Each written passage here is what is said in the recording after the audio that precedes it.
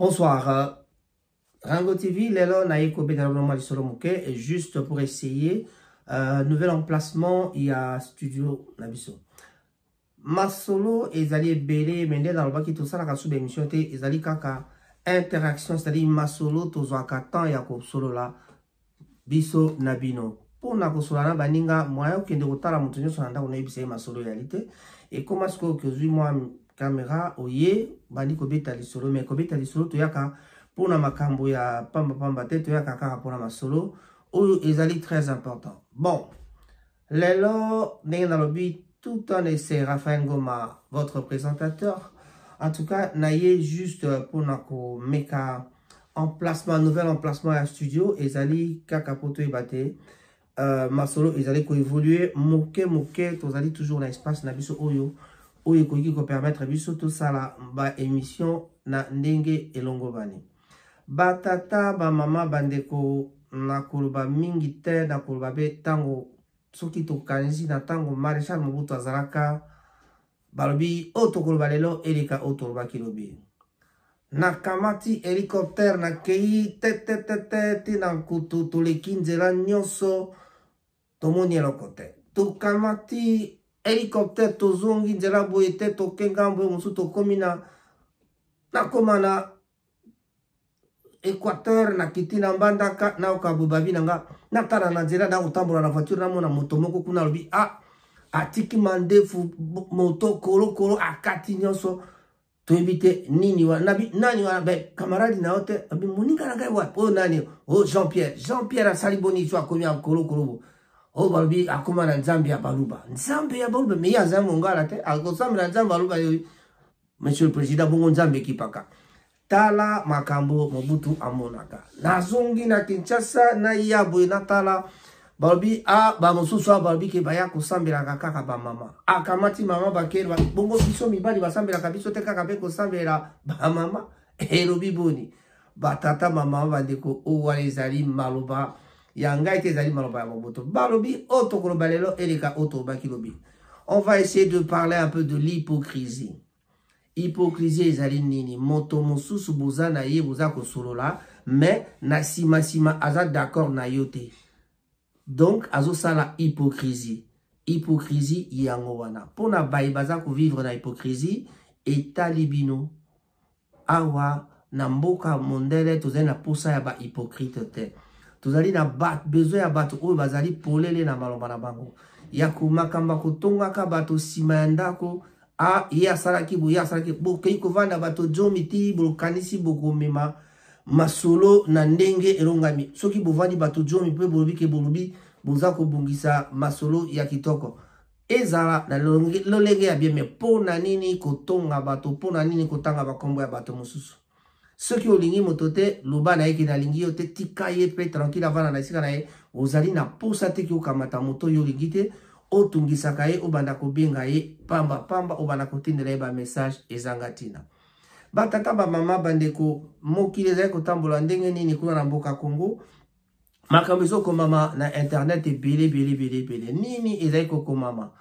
balobi mboka ezali na kimia te nombre ya ba territoire oyo esi kenda na compte ya M23 so totangi yango neto mona oba opublier na ba WhatsApp ba bunagane ezali ba mboka minene totangaka ba minembwe pe totangaka yango ezala ngo kaka tukotanga pe na minembwe tukotanga ba Kichanga tukotanga ba Rubenga ba mbuka ezali ebele eloko nini ba M23 balandaka na mboka Congo M23 ezali nani turuba kaka M23 ezali Rwanda non M23 ezali ba Congolais bazali sima na bango bazali okola Rwanda azali kosalisa bango azali kosunga bango pe toyebi na malamu tokaki makambo président de la République ya lobaki que Rwanda a bato bazali pe sima na ye ezali bongo ba multinationaux c'est-à-dire les multinationaux ezali bongo États-Unis ba pesaka bambongo bato sungaka bamboka o bazela bambongo akopesa donc tokoki kotanga États-Unis tokoki kotanga Allemagne tokoki kotanga pe Belgique France Allemagne bango nyonso bango nyoso wana ba multinationaux bazali kati na bamboka wana pour la kosunga bamboka wana pamba te bazali kolanda ba minerai tozali na ba minerai ebele na mboka Congo pasi ya Congo ebandi esika nzambe asalaki catastrophe na sous-sol ya Congo catastrophe nzambe asala na minerai balubi bato ba mokili bango yango ezali injustice ya nzambe. Mais lokola bango bakoya kolanda biloko nzambe atie ye moko sort na bango ekoyebana. Mais na mokili pe toyebi bien Bible na Bible bakoma malédiction ezalaka na Bible. Mais est-ce que malédiction yo kanti bino kanti ezo sauter bango ekolanda bango. Bokomona makambo ndenge kosalema na mikolo ekoya moto nyonso oyo azali na esprit mabe ya kotungisa moninga akozwa mbano na ye. C'est-à-dire, ba pays lokola ba Rwanda lokola bango ba ndimi kobima liboso oboso ya bato nyonso pour que bango pardon bayaka koyiba minerai ya mboka Congo bapesaka yango na bapaya au lieu que bapaya baya kozwa minerai epai na biso moko na ebisi bino bakozwa mbano na bayango ata na vie sociale ndenge tovandaka soki yo moto ozali kaka na ba habitude ya mabe ya ko fingaka bato ya kotangaka bato bakombola bato en tout cas okozwa mbano na yo nzambe azali kosala bato mosusu bawelaka kopesa ba malédiction mais oyeba te nzambe nde moto kolo masolo moto azali na Yesu azwaka malédiction ya n'importe qui te ya ba farceur pete tala esika makambo ezali Rwanda azali bongo kolandela Congo koluka kotungisa vie ya ba congolais situation sociale na Congo ezali malamu te malgré ba effort gouvernement ezali kosala ezali toujours kokende malamu te na Congo kuna entre temps biso na Kinshasa eloko ni ezosalema ba arrestation ba calomnie entre ba politiciens lokola ba parti politique ondo tolobaka kiliki ebele ba calomnie eleki trop makambo oyo Vital Kamerhe akotelaka problème azwaka problème yango pe ba makambo sko ba oyo nyonso baza siko ba du peuple baza siko ba se ranger derrière le président de la République pour que baza ba problème wana te mais le monsieur Vital Kamerhe boyebi bien azwaka ba problème parce que ba Rwandais na 2019 tant ba kotaki ezalaki te ba yebisaki bato teke bakoya mais tout le monde ka ba Rwandais bakoti or ezalaka na accord ya gouvernement en place na tango wana le gouvernement de l'époque. Alors le quoi la gouvernement époque ba autorisaka sans que le président du parlement yeba a dénoncé ki yango et ça qui problème. Bon tala to commission na nini makambi ya élection ba mosusu ba boyi ko sala enrôlement mais to moni pesko bato a pe perdre ba komisko kolongwa bato bazaki na FCC ba komi ko ya kokota susu na union sacrée. Que se passe-t-il to puni mito tuni mituna na pe to za koluka to yeba eloko nini elekito eloko nini ekosalema pour que to itala élection 2023 ekozala ndenge ni en principe tozali vraiment na année électorale propagande électorale na ebadite mais toza moi déjà ba propagande yali mboka malgré na uti kotangela ba territoire ebele kei so totangi na ba WhatsApp toko to landi ba émission ya bato makambo ezoleka ebele na tango wana ba commissaire du peuple na ngonga oyo bango tu na vacances parlementaires ba mususu na États-Unis on citera Eliezer ndeko Eliezer azen États-Unis ba to mususu ba kei pa na Europe ba panzani ba mususu bazongi na ba fief na bango pour na kotala ba misala na bango ndenge za kosala ba mususu bazana ba problème na bango ba faire privé ba ke kosala ba soins médicaux mais et là qu'on y to constater pendant ce temps qu'est-ce qui se passe le premier ministre Azali Lubumbashi Azaki na Lubumbashi oyebi allez tangwana président kendeki na Sénégal président premier ministre na Lubumbashi kuna akoganga be fati béton alors bato baza komituna malgré bamboka ba territoire nyonso wana M23 sili kokangama kichanga babetela kitoto betela kitolo akito sito récupérer to kikeya bazongisi yango lisusu tozo oyeba malamu te bato mingi pe bazali fati eloko moko ezo sala mabe na mboka Congo ali bato bazo sala musala na niveau ya communication ezali communication na journalisme journaliste ba informaka après avoir traité l'information ba informer population mais ba communicateur oyo ya pouvoir siko eloko ni ba usala bazako zoa information et comme il a que communiquer au gouvernement et les par les communicateurs. Ba communicateur bazana importance monnaie mais il aura fallu bango bazana importance monnaie tant comme on a propagande électorale. Mais avant même la propagande électorale, bango ici banda donc il y a 2 ans, il y a 3 ans, il y a 4 ans, banda déjà ba propagande na bango. Et puis bazana slogan na bango ya Fati Béton, yango nde muteze osala makambo. Slogan ya Fati Béton ezali oyo bango bakamati pour que bataille de guerre na bango babite Fati Béton na slogan wana yango nde mutu ezali ko sala que lelo bakende liboso na banini wana. Bon, ba misala ezali ko sala ma papa zokoma na Kinshasa kalate, mais papa koya na Kinshasa, est-ce que papa koya la bato message nini? Ça c'est la question que bato mingi bazali ko mituna. Papa koya na Kinshasa na message nini? Quel est le message que le pape va nous apporter à Kinshasa? On se pose la question de savoir. Tina nini papa za koya na Kinshasa? Est-ce que ceux qui papa payer la paix et zongi na Congo? Est-ce que ceux qui papa payer bateau bakomona ke misala et zongi na Congo? Non. Ils allaient toujours na ba situation oyo tozana yango et qu'on continue toujours ndenge moko. Mais yango penza visite ya pape ezanini. Et puis tango papa zongaka ezalaka nini. Conclusion yango tokomi yango ezalika koloba te. Pape soko aye na Congo ezalaka mingi au profit ya ba autorité locale. C'est-à-dire ba autorité politique bangonde ba profitaka na présence ya pape. D'ailleurs, ba ministre ba kobimisa bambongo, un certain département ba kobimisa bambongo, un certain département ba ko zala na ba moyen ko yamba bato. Donc ba manifestation ko salema dans le stade Kanga boye Futa boye Bongisa boye Bamfre Kobima, il y a certaines personnes qui vont en profiter.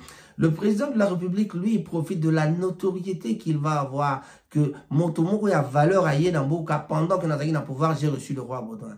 Pendant que Nazaki n'a pouvoir, j'ai reçu le pape. Mais ce qui Bokosala Makamboka, parce que Nazaki n'a pouvoir, il faut recevoir pape, parce que il faut recevoir le roi Baudouin, il faut recevoir monsieur Macron, le président de la France, il faut recevoir chancelier, il y a Allemagne, il faut recevoir, ou bien Nazar a reçu par le roi ou le roi de l'Angleterre. Voilà, et c'est ça. Ou bien Nazar a reçu le président des États-Unis. Mais est-ce que peuple a joué nini wana? Tout le monde le quoi papa zako ya tala wanzela misala eye ndongo misala ndombani moyente. Ba komi kobongisa par-ci par-là par-ci par-là. Et le bilan va tabana Kinshasa babi tokobeti sambula pour que totala papa mona salité en boka Kinshasa n'ingara parce que ce qu'on les beti kakaba makamose. Donc ba chef coutumier babi ba okende na matadi ki bala bana Kinshasa babi ki ba okende na matadi ki bala ba sala tout ba beti sa penambula na mokolo papa koya. Mais est-ce que votre gouvernement va retirer bino bobet sambola? Ba on peut pas que nous on a les mêmes chefs coutumiers pour que ba kanga bambola. Ah ba héritier watarabi ba beta kiawa. Ah ba kanga kimbula, ba tinda kimbula kota ba faire na bon vent. Bon, ça c'est ce qui se raconte. Voilà. Ezali kaka popuri ya masolo ndenge za koleka. Na internet li solo mo kezali mabe ali Cindy le cœur palvi Koffi Olomide aponi masolo ya Cindy le cœur na place que Atika la maman Alia. Donc tout le monde a qui Mama Rufa, c'est-à-dire la sœur, la jeune sœur de Koffi Olomide a confirmé biso que Mopao na maman Alia basé déjà Naboka Bwani. Toko traîner mingi na likambwana parce que vraiment ça va de l'affaire ça va de la vie privée à bateau. Mais en tout cas, to lo bakayango kaka parce que na makambo tali vie privée ya bato lokwa ba musicien ba star ba to na biso ba vedette na biso ya mboka to boya kate. Voilà, to boya ko band ko lo bayango te parce que vraiment ezali bango moko ba étaler vie na bango. On a entendu la sœur de Koffi Olomide dire ceci, dire cela par rapport à relation ya maman Alia na notre grand frère monsieur Koffi Olomide. Ce qui bolingi Antoine Abouepa Mumba. Il y a les pur vieux, ya bisonio sommet, pur vieux, ya petit frère Nangamongo Boye. Donc, ce que tu dis Mustafa Wayebisayo, mais en tout cas, il s'agit donc de fidèles qui n'attaquent puis lui-même Koffi Olomide, bon, Pao Abengakaye, mon ami personnel. Donc, notre anniversaire, il y a fidèle Nyoso Monaka. Kofi Olomide azangaka ko dédicacé yete parce que vraiment ezali moto oyo azalaka toujours la mopanzi na etango Kofi Olomide ayaka awa. Voilà. D'ailleurs, Fidel Kinata, c'est quelqu'un qui a toujours été prêt. Il y a ba star, bato baibana namboka, aibana ba José Congolo, ma sœur José Congolo que je salue. Na France, ba sœur Beata Lempika, bazale bele ba maman la biso ba Bernadette, moi aussi le kinangai Eradi Barwani, ba Bibi Sangala, voilà c'est comme ça que je l'appelle. Voilà. Na sœur na biso mususu Sadala Oazaka awana biso na Londres. Bon, na raison à histoire à karaté. Voilà, et j'en profite pour dire un grand bonjour à Eradi Barwani. En tout cas, la France, je ne peux pas oublier Roger Mpongo, Bambo Tenope. Il y a Dédé Derek, Bambo Tenope, Yangwana. Et Kamba, notre ami, l'homme qui a osé Ngana parce que Kamba, c'est lui, au moins, qui avait dit Ngaï, en tant que jeune Funazala, commissaire de zone, donc il a déjà osé apposer candidature par Zalaka, assistant, commissaire de zone assistant, peut-être, oui, dans Bandal. Bisona bango to ali ba auto benga ka ba deux bandales, c'est-à-dire to botamiona to koliwana et le balango petit frère Boula oya Blaise Boyebi. Voilà, donc biso to ali ba deux bandales, donc so ki Blaise alo ba deux bandales, c'est-à-dire ali banu ba botamana bandal. En tout cas ya kolba mingi zaite na pesa ki mbote pe na bosa na tena pesa mbote na Blaise Simbu monta mbote mingi na libota nyonso oyo ezali nzinga na Manchester. Je pense à Vivien Bonjeka. Un grand bonjour à toi, Vicky Bonjeka. Je n'oublie pas, quand je cite Vivien, je pense à... automatiquement, je dois penser à ça. Le vieux Moualim, Babi Moukoussé Atalo. Est-ce que ils ont un problème sur la vie Vinamaza Moukoussé? Bon, Bambo Tenayo, Iyangwana, John Kaloubi, Peselanga Boutoumbi Mbote, Bamati Yombo, Pesayepe, Bazoape Bambo Tenayo, Nathalie Tiombo, Bambo Tenayo. En tout cas, je pense à tous les amis qui sont malades dans les hôpitaux. Je crois que ba santé na bango ba amélioration ezali nango na ba sens moko positif. Nzambe azala na biso tika ete buzoba ezala te kati na biso na Manchester. Moi nungu ezali kasi eza mokili esika bato bazali makambo ezanga kate, mais o azala besoin ko sala ba problème, asala ba problème, mais tika motungisi ya bato, tika kokipe ba vie ya bato, sala makambo na yo kokipe bato te. Ezali kaka conseil vraiment. Toujours kaka ba chanson 2023 tous à la tranquille 2023 to finga nate, mais ma finga oyo si bo finga bolongoli yango na note bongo ba photo bo publia bolongoli yango na note ali après bolobi ma finga to tika na banzi Nzambe azali ko tala makambo na bino ba tata ba mama bandeko. Na lobaki na katikati ya mission na tangaki hypocrisie na lobite bateau basé ko sa hypocrisie batika hypocrisie bo changer caractère bo longola hypocrisie parce que masolo ya ba hypocrite eza déjà dans poisa ba plan ya ba hypocrite eza déjà dans poisa. Ce n'est pas une dizaine de personnes ne bakoki koya kotia mobeko et pas il y a 3000 4000 5000 personnes. Voilà. Voyez bien, dans Mboka Angleterre, numéro 10, mon toit dirige à Mboka, mais roi, azalaka number 1, mais azotala bangoka kabo, achapotaka toujours ma solo. Donc, Michi à la place numéro 10, to Michi à la place numéro 1. Est-ce que vous avez le cas? Dendon azwa ba problème likolo ya kwanga. Tope kwanga motazwa problème likolo ya dendon. Dendon tellement que les cas qui lengi déjà quoi ngazo problème. Pili pe songi soit kotio na mnoko kaba obandi kokosola. Au monde ndengo zo kosola. Wana déjà uliaki dendon na kwanga. Pesi ma pili kotio na monoko obandi koloba. Ba tata ba mama bandeko dendon azo ba problème Nicolas kwanga. Pili songi awa soko che pilipili kana mnoko na nengo doda ki da pilipili ubabeba oniko diota ki boyale après ukamati ochena nyo ju dendo chena mnoko tala esika songi obandi kokosola ozo kokakoboma makamiza na mnoko na oto komi koloba baba continuer koloba Nzambe azotala makambo na yo batata mama bandi ko wana eke ali solo ya dendo na kwanga mais nazo recommande bino nzembo moko ya petit na biso déplique pomba azela nzembo moko ayemba titre nango eza bato maboma zomi di fou nu bato maboma zomi sikoyo biso pa tozala bato maboma zomi oyo bazali kosala trouble. Mais je vous recommande la chanson de Déplique. Batamaboma Djomi. Bon attendez Bilamba. Batamaboma Djomi wana balati Bilamba te. Ça c'est le problème. Motaliboma zanga karamoko. Bon bino no sobolani motaliboma bopo ani. Bon kotina maboma elakisi nini. Nalobi pe na kei. Mais yambotena kenda na kopesa mbotena Cyril Modogo. Le président Cyril Modogo bambotena yo. Voilà. Bah, et pense Bavandi Katinamboka Manchester, je ne peux pas oublier mon ami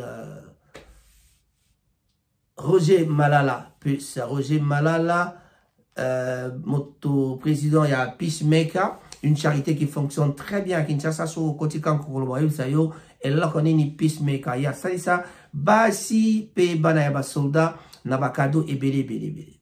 Tous allez bon la fondation Mama Christine Mongi, où ils allez bon diriger demain de maître na Dekonabiso Antoine Djeka Wembo avec Raphaël Ngomangai Moko, vice-président. Il y a fondation Mama Christine Mongi, où ils allez bon œuvrer très bien à Kinshasa. Ba Ofelina Mingi Bazu Babiloko et ba Misala Ezego Salama Makasi d'ailleurs dernièrement service Moroya couture et tout ko fungama Namatete Oyo ba Misala Ezego Salama. Ba charité oyo ya kofungwa maya ba misali sala makate mona nakate bo continuer ino kakande ba hypocrite ba tata ba mama bandeko mbote mingi na Adamon Ekula et pa Ovandi Ruffin mon frère mon cousin propre na Belgique en tout cas ba mbote na yo yangwana Adrienne Donadakaza Bazali na Kinshasa en tout cas pour les trois bazali la vacances à Kinshasa. Donne à la case à Adrienne Mbotenayo. Didier Masuki na Suisse.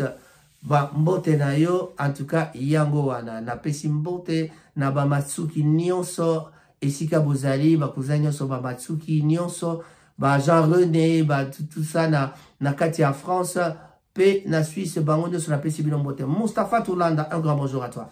To pesi, mère, j'ai tapé, ba mbote parce que azali toujours maman la biso, mbote la biso, pana. Soki na lobi na silisi pe na bosani ba jumelle na ngai na sale erreur. Mais on souhaitera un joyeux anniversaire à notre sœur Animenga qui a fêté ses années. En tout cas, Animenga, joyeux anniversaire. J'ai appris par la voix des ondes que maman Animenga azalaki anniversaire na ye lobi.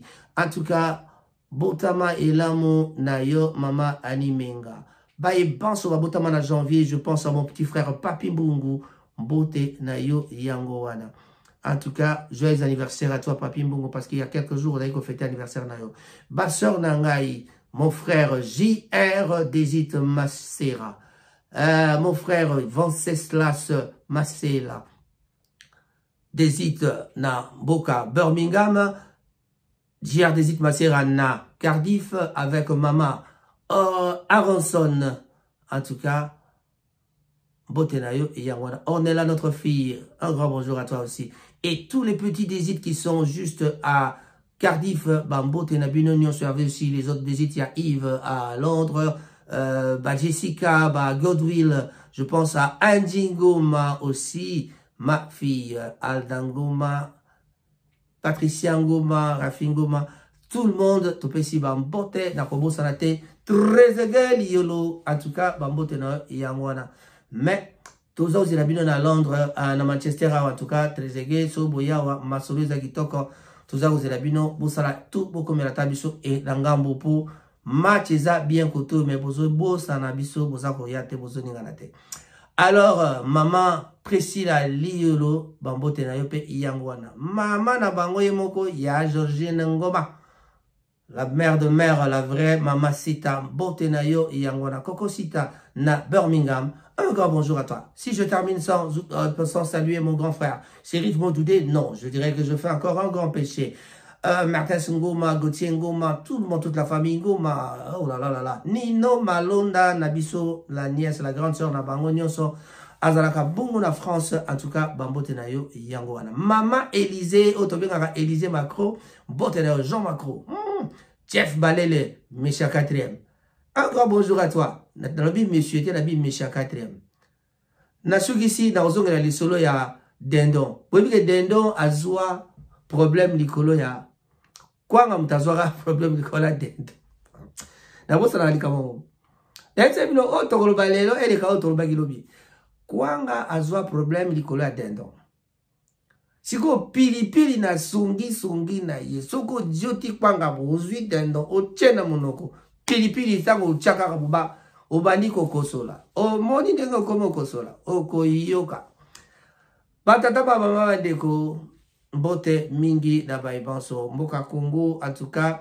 eza kosenga ba congolais nyonso miso efungama parce que badongolo miso baleki mingi contre mboka Congo mais une information qui m'a dérangé un peu tout ça là qui va raisonnement dans ba émission toujours là dans internet quand on regarde aussi ce que les autres disent on constate que batomso ba la belapso makambo ezali ya bien il y a des gens qui nous disent vraiment des histoires qui sont réelles ba pays frontalier nyonso ya Congo ezali na ba nilotique bazali partout banda Tanzanie et pas nyonso na bango nyonso tout kamata Rwanda kamata Burundi kamata kenda kuna donc il y a des Tutsi et les Hutus par là mais kaka Angola na Zambie nde bazali na bato wana te donc soko tali et pas yo tozali mwa calme ezali na Angola na Zambie donc le reste de pays sur les 9 pays frontaliers tozana 7 pays oyo ezali na banilotique avec leur système à Tutsi na ba Hutu yango déjà koboma mboka Congo toko développer yango au cours de notre prochaine émission. En tout cas pour la Tosiki, mais je ne peux pas partir sans oublier de saluer encore une fois Freddy Wanga, l'homme qui a demandé au président de la République de la RDC, M. Félix-Antoine Tshisekedi, de bien vouloir nommer un des pygmées comme ministre, soit en agriculture, parce que vraiment ministre de l'agriculture, parce que bango bayebi mosala ya bilanga, ba viva na bilanga, bazali bato ya jamba, bola na mukuse ya pygmete. Idée à Freddy, tout ça dans besoin. Mais mon idée à Freddy peut zapper bien. Alors bien comme il est conseiller, il y a conseiller privé, il y a chef de l'État. Freddy Wanga, notre ami de Manchester. Alors bien comme il est conseiller privé, il y a chef de l'État parce que après ça, il est déjà conseiller pour la balisage. Tu éviter ceux qui m'ont balisage, tu qui balisage des eaux. Donc chef de l'État, ça y est, alors. Si koyo après si sous idée albité ban nommé pygmée comme ministre de l'agriculture français c'est natinate parce que français ata mi pygmée wala zolo ba français d'ailleurs ba pygmée ba comment ba français et là koyo éviter Freddy na oyem sayo yango wana pygmée ba comment ba français na yango bandiko ba bolingo tolanda na ba émission à Sima Tozana Freddy Wanga on en parlera. Merci beaucoup, c'était votre présentateur Rango Raphaël Ngomatassa, moi-même c'est Rango Sassa. En tout cas, abonnez-vous sur notre chaîne. Ne manquez pas de vous abonner, s'il vous plaît. On a besoin de vous. Voilà. Il y a des choses à répondre à il y a des choses à répondre à information. L'essentiel, tu y a solo, il y a solo, masolo, il y a kitoko, tu y a kofinga, batote, tu y a masolo, il y a malamo. Batu ya mafinga, ils ont des pilipili, balia, kina, kwanga, na dendo, de kosara, bango, de yango le moni. Pilipili sui bango na monoko bakomi kokosola o kosu kosona pe kosila te po tozana matière to pesibino matière bozwa yango boloba ya soko tia commentaire na sur ba o okope kopesa biso ba conseil te Raphaël Ngoma.